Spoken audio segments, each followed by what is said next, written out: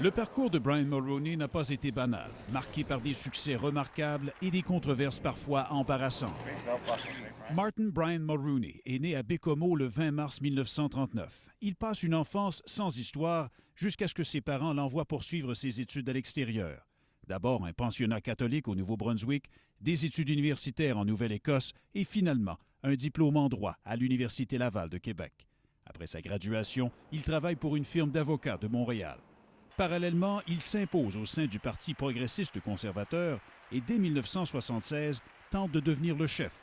Son principal adversaire est un autre Québécois, Claude Wagner. Contre toute attente, c'est toutefois un inconnu, Joe Clark, qui remporte la victoire. Brian Mulroney retourne alors au secteur privé. Il tente à nouveau sa chance en 1983. Le leadership de Joe Clark vacille. Et lors d'une nouvelle course à la direction, Brian Mulroney remporte la victoire contre Clark au 4e tour de scrutin. Il commence alors sa marche vers le pouvoir.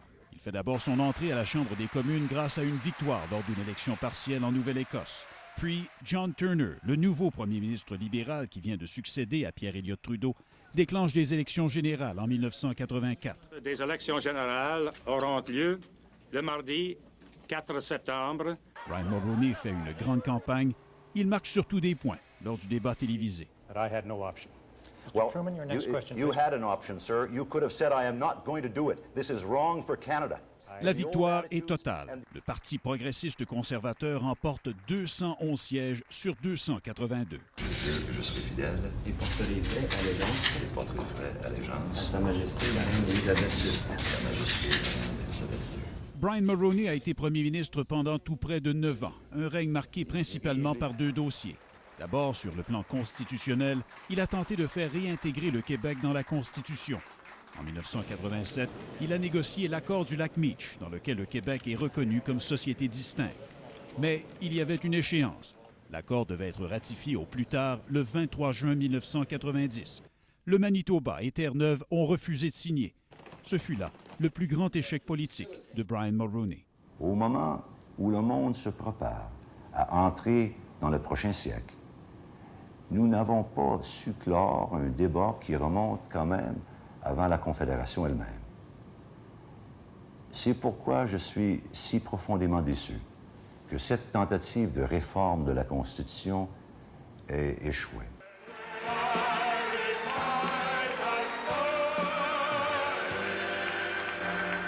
L'autre dossier a été plus heureux, l'accord de libre-échange avec les États-Unis. L'élimination des tarifs douaniers entre les deux pays a même été au cœur de l'élection générale de 1988, une autre élection remportée haut la main par les troupes de Brian Mulroney. Mais l'usure du pouvoir fait son œuvre. Les conservateurs deviennent impopulaires avec la TPS. L'échec d'inclure le Québec dans la Constitution a laissé des traces et il y a une récession. En février 1993, Brian Mulroney tire sa révérence. Il quitte son poste en juin, remplacé par Kim Campbell. À l'élection suivante, le Parti progressiste conservateur subit la pire défaite électorale de l'histoire du Canada, le parti ne remportant que 2 sièges. Brian Mulroney, lui, est retourné à la pratique du droit et siège sur de nombreux conseils d'administration. Sa dispute avec l'homme d'affaires germano-canadien Karl-Heinz Schreiber le ramènera toutefois sous les projecteurs.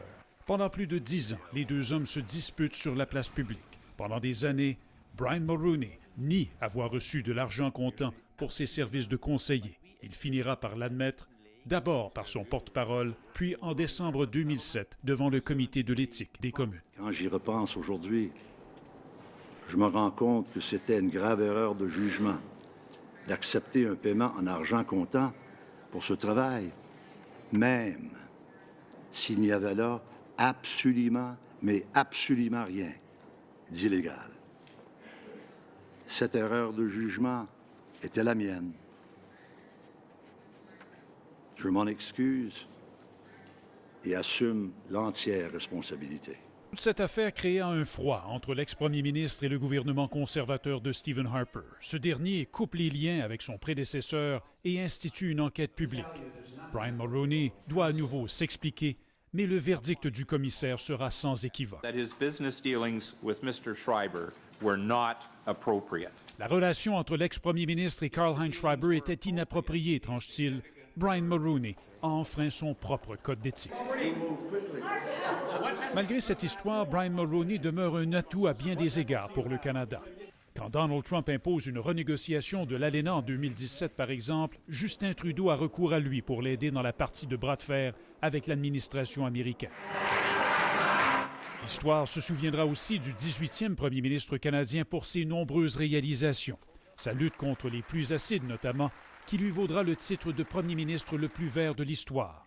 Son combat contre l'apartheid lui vaudra également de nombreux éloges. Son gouvernement fut, après tout, le premier du Commonwealth à imposer des sanctions économiques contre l'Afrique du Sud. Le Canada vient de perdre un de ses grands hommes d'État. Raymond Filion, TVA Nouvelle, Ottawa.